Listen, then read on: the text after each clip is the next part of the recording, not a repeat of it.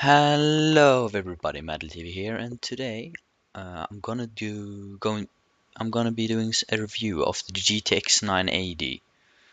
Um First thing I need to say is I know this graphics card was released last year. I think it was released 2015 in September. I I haven't really thought about looking that up, but I know it's an old graphics card, but it's the only graphics cards I have on hand right now, so I wanted to make a review and see what I can do. So let's just start with it. Uh, let's go through some specs that the graphics card has. It has 2 gigabytes of GDDR5 memory, and its memory speed is up at 7010. The core clock is at 1279. If you don't put if you don't put the graphics card into turbo, then it has 1342. I just need to say this also. This is not the normal GTX 960. This is the EVGA 960 SSC. So it's the super duper clocked one. So yeah, it is fabric clocked. It's They have overclocked it in the fabric in the fab. I have no way of saying this. In the factory where they made it, it's factory clocked. That's how you say it. It has PCI Express 3.0. It's a 16 bus. Uh, its maximum resolution is 4096 times 2160. It has one DVI port, one HDMI port, three display ports. It has it can support DirectX 12 and OpenGL. It is SLI compatible, and it has a ACX 2.0 cooling system in it. Um, the ACX 2.0 cooling system um, has some nice features. It makes the GPU cooler. It's a lot quieter than it used to be, and it doesn't start up until the graphics card is at 60 degrees.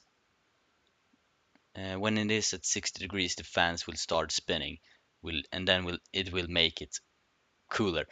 But that can be changed if you use a program like MSI Afterburner and change the fan speed, and if you do a schedule for the fans. If you do put the fans on 100%, you're gonna have an airplane in your house, and that's not really fun. So I prefer having it on the standard settings and let it turn on when it is at 60 degrees. So let's go over some FPS, not the first-person shooter, but the frames per second. So I have tested the graphics cards on 4 games, and all of them I tried high, except on Battlefield I tried it on ultra, and on the Division I tried it on medium too.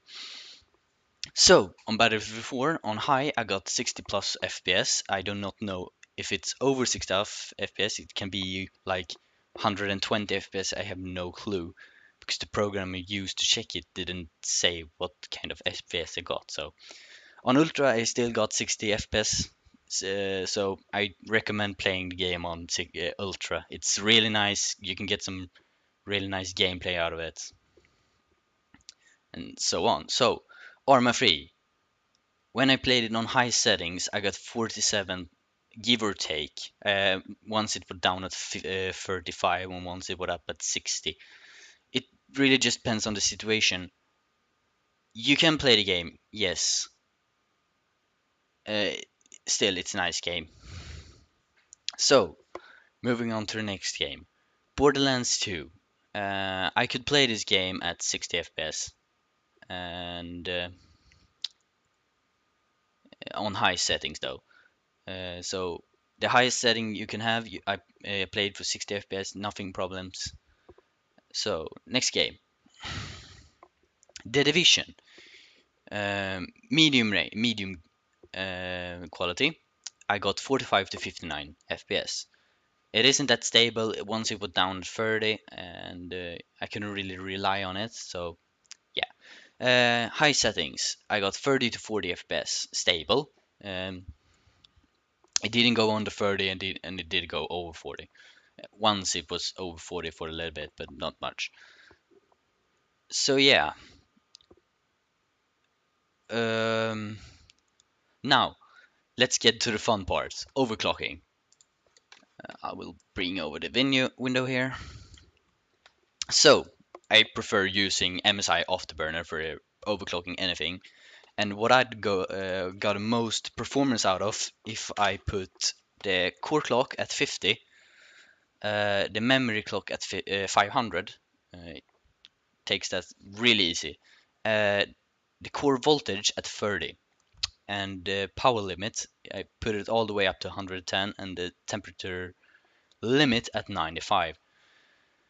This works really great for me, but I can't tell that this works for you because I have a really cool PC. My PC is really it's I can get 9 degrees on my CPU when it's idling. I don't know if that's normal or not, but I have a really cool PC. It's really cold where my setup is, and I can actually overclock the core if I want to do more. But I had a problem when I tried to overclock it over 50. The clock did only go up to 1455. So the core can't go over that number. For some odd reason, it just doesn't like it. And but the memory clock is totally fine. So temperatures. While playing Battlefield and all the other games, I got a average temperature of 47. It was stable at 47, and I only had it at 40% fan speed. Once it was up at 42% fan speed. I was never up at 100% fan speed. Yeah, at idle I can get up to I can get 29, 28 SSC here. That's a idle temperature. So my personal thoughts about these graphic cards. It's really great. You can play any game if you want to play. Medium graphics is perfectly fine for playing at. It's really nice at any game. And but with this graphics card, you can actually play the latest releases at medium and still have 40 FPS. It doesn't lag. It doesn't crash anything. Um, I do tell you to overclock it because the stock clock is really bad. It isn't really bad, but it is odd, if I do say so. So yeah, this has been my review of the GTX, no, EVGA GTX 960 SSC. So this has been MadlyTv, signing off.